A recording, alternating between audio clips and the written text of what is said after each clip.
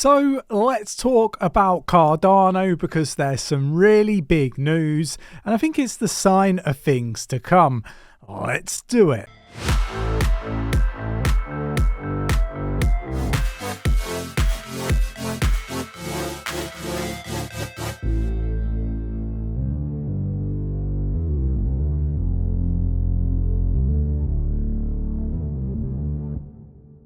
So we're going to start here on coin market cap. The total market cap of crypto globally is up 0.24% at the time of recording and stands at a whopping $1.99 trillion. And yeah, look, we're very, very close to being multiple $1 trillion market cap, which is pretty cool. Bitcoin is down 0.68% in the past 24 hours and stands at 51,312.09. Again, $1 trillion market cap for Bitcoin. So, actually over half of the market is, contained within Bitcoin, which I think is remarkable. But there is some really big news for Cardano, and that is that Cardano sees significant jump in new wallets. And look, whales have been making some sizable purchases of Cardano. I think Cardano is positioned to do pretty well in the long term. But going into March, I am expecting some volatility for Cardano. I think there's going to be some surprises, when it comes to Cardano. But I am super bullish on Cardano long term. So I want to be really clear on that. Now, why am I so bullish on Cardano? I'm bullish on Cardano because unlike many others, I am looking forward, right? And I said this back when the Bitcoin spot ETF was awaiting approval, that we would go on to see Ethereum spot ETFs and other altcoins. And I think Cardano is one of those altcoins that is going to get a spot ETF in the future. I think that it's amongst a few like Solana, XRP. And XRP, we've seen BlackRock CEO talking about the potential for an XRP ETF. We've seen Brad Garlinghouse, talking about an XRP ETF.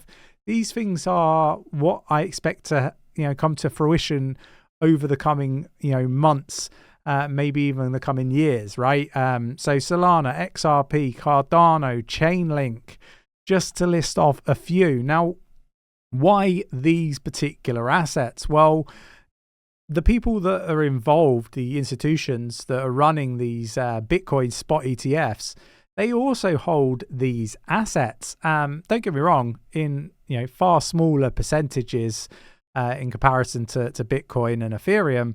But I think we go Bitcoin, we go Ethereum, we perhaps go XRP, Solana, Cardano, Chainlink. And I think, as we see, the Bitcoin one do really, really well, we then go on to see the Ethereum one, which I think is inevitable. I think that's going to happen regardless of how Gary Gensler feels about it. I think it's inevitable, just with like the likes of BlackRock, JP Morgan, Grayscale, all these people, circling, wanting it, means it's going to happen in my eyes. You can let me know your thoughts and opinions. Do you think that the Ethereum spot ETF is inevitable? Let me know in the comments below.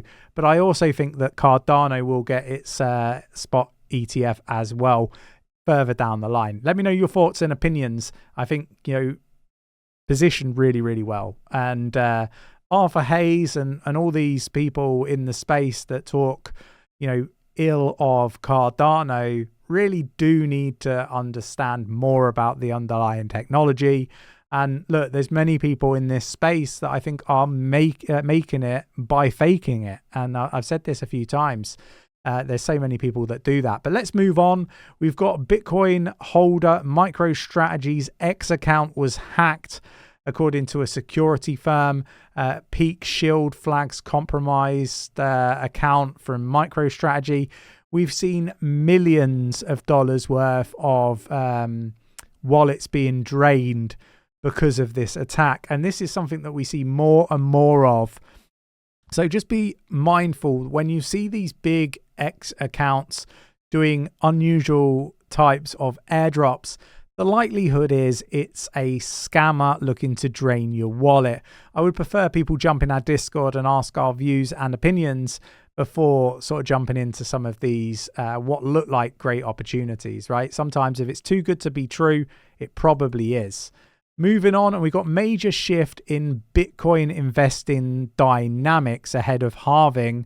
This is really interesting. Bitcoin's 23% surge to 51,380, driven by US trading hours, anticipating the upcoming Bitcoin halving and the role that plays is, again, just really interesting. Global trading activity collectively drives Bitcoin upward momentum, highlighting mainstream acceptance for Bitcoin. Social media channels are also playing a significant role when it comes to Bitcoin's price. But what I would say is recently we've seen a lot of investors looking at other altcoins for trading, and I think that is something that's likely to continue. I think that there's going to be more gains made in Ethereum, and this is kind of my thoughts when it comes to the crypto space.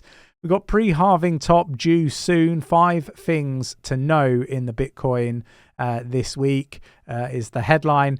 But look, we're getting to the end of February. The Bitcoin price predictions have broadly lost their bullish slant. Look, I'm expecting a pullback. You don't go up forever in straight lines. We should be expecting a bit of a cool off before we start to see some more momentum. Now, look, a lot of people keep asking, have cheeky crypto moved away from the crash scenario? The answer to that is no. I don't know where this keeps coming from. We're talking about the market now and how bullish it is, and you see this in the move towards a Fed pivot. You see everything going up. The Fed will pivot. It for me has always been Q3 that I expect that to happen, but it could be Q4.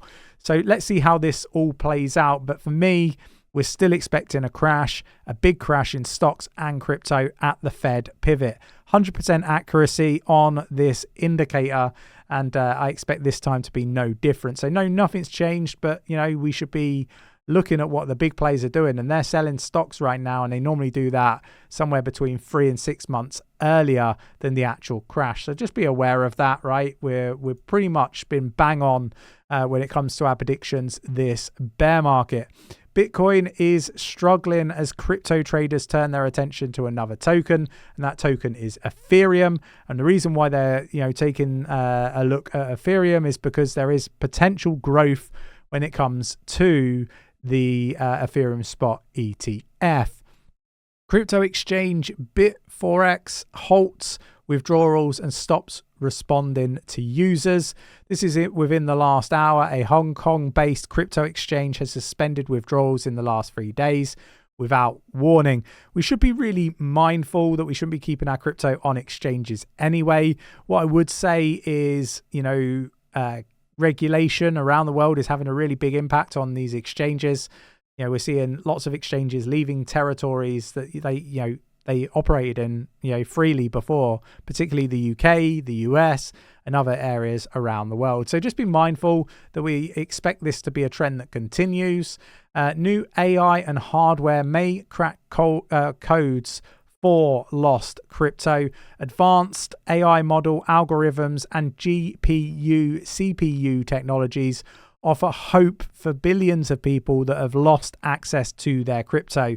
The question I've got is, what risk does that play for people wanting to protect their crypto? So just be mindful that technology is advancing, and you make sure that you keep all of your firmwares and softwares and hardwares up to date wherever possible. I hope you enjoyed today's video and got some value from it. If you did, mash up that like button. Check out this video for the latest update from Nick and JB, and I will catch you in the next one. Take care.